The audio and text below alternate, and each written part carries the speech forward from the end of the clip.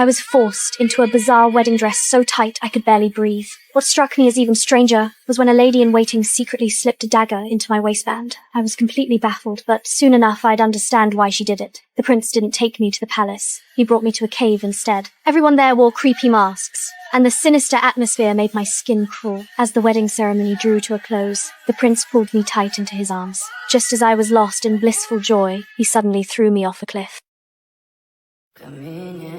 Lucky for me, the valley below was thick with branches and vines that saved my life. When I came to, I screamed for help in fury and panic, but my cries accidentally woke a dragon sleeping at the bottom of the cliff. It breathed fire, trying to burn me alive, so I ran like hell and barely made it into a cave, but my ankle got tangled in dead branches. As the second wave of flames closed in, I fought desperately to break free, escaping with just a few burns on my skin. To survive, I used the dagger to cut my wedding dress into strips, bandaged my wounds, then lit the Firestone in my necklace and ventured bravely into the darkness of the valley. Luck seemed to be on my side. I soon found melting icicles and tilted my head back to let the water drip into my mouth, then slowly closed my eyes from exhaustion, completely unaware that danger was creeping closer. When I opened my eyes again, those icicles had turned into raging flames. I quickly retreated into the cave, dodging the dragon's attack once more. This close call actually led me to discover an exit to the outside world. Though the cave walls were covered with razor-sharp crystals, my will to survive drove me on. I tore more strips from my dress, braided them into a rope, and started climbing with grim determination. Just when I thought I was home free, the dragon roared from the valley below. Startled, I lost my footing and nearly plummeted to the bottom. By sheer luck, my crown caught on a crystal, leaving me dangling in midair, but that fragile crystal couldn't hold my weight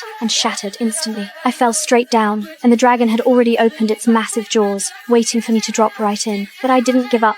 With my last ounce of strength, I hooked my crown onto the rock wall again. In this desperate moment, I found incredible strength, climbing furiously until I finally reached the cave entrance, but my hope was instantly crushed. Outside the cave was nothing but a steep cliff. Seeing villagers passing far below, I waved frantically and screamed for help, but they couldn't hear me. Instead, my movements just caught the dragon's attention. The warning marks on the cave walls and the scattered bones all around seemed to silently scream, "There's no way out." Just as I closed my eyes, waiting for death, a familiar voice suddenly cut through the darkness.